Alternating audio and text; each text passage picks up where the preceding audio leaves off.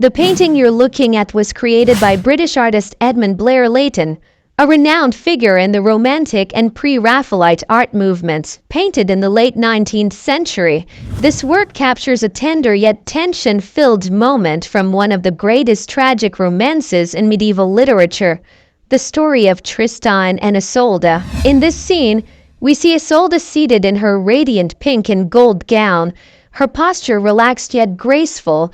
Beside her is Tristan, a noble knight and musician, serenading her with his harp, his expression full of adoration. But if you look closer, you'll notice something unusual, a shadowy figure lurking in the background. That's King Mark, Isolde's husband, and Tristan's uncle, an ominous reminder of the forbidden nature of their love. The legend of Tristan and Isolde has captivated audiences for centuries, originating from Celtic mythology and later retold in medieval romances.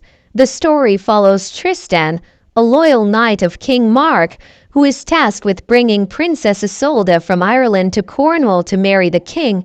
But as fate would have it, the two accidentally consume a magical love potion during their journey, binding them in an eternal, irresistible love. Despite their undeniable passion, their love is doomed. Isolde marries King Mark, and the affair becomes a secret tangled in loyalty, guilt, and betrayal. Let's take a closer look at this masterpiece. First, notice the contrast between Tristan and Isolde. Isolde's luxurious pink and gold gown reflects her royal status, her beauty, and the warmth of her love. Meanwhile, Tristan's more modest clothing signifies his position as a knight and his devotion to her, not just as a queen but as a woman. And then there's King Mark, hidden behind the pillar. His presence changes the mood entirely. While the couple seems lost in their own world, Mark's gaze introduces tension. He's an observer, a reminder of the consequences of their love. This subtle detail is a testament to Leighton's storytelling skills as an artist. The harp in Tristan's hands is not just an instrument, it's a symbol.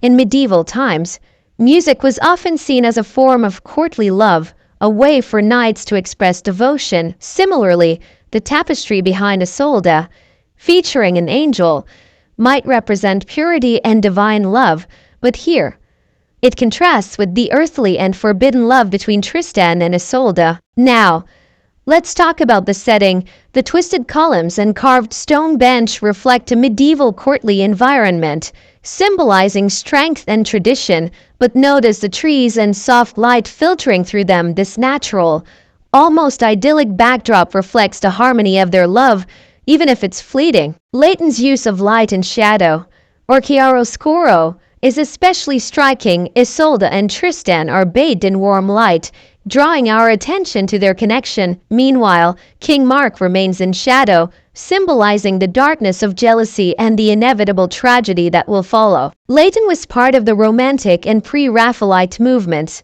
which emphasized emotion, beauty, and a revival of medieval themes. Artists like Leighton were fascinated by stories like Tristan and Isolde because they combined intense emotion with moral and philosophical questions, love versus duty, passion versus loyalty. By choosing this tender moment instead of a dramatic one, Leighton challenges us to see the humanity in these legendary figures. Tristan and Isolde are not just symbols of doomed love, they are people caught in a moment of joy despite the shadow of their fate. The story of Tristan and Isolde continues to resonate. It's a tale of love that defies societal norms, only to be undone by its own intensity. From literature to opera, and even modern cinema, their tragic romance reminds us of the beauty and fragility of human emotions. And through his art, Edmund Blair Leighton brings the story to life in a way that feels both timeless and deeply personal. So, what do you think? Does this painting capture the essence of Tristan and Isolde's love? Let me know your thoughts in the comments below. If you enjoyed this deep dive into art and history, don't forget to like, share, and subscribe for more stories behind iconic works of art.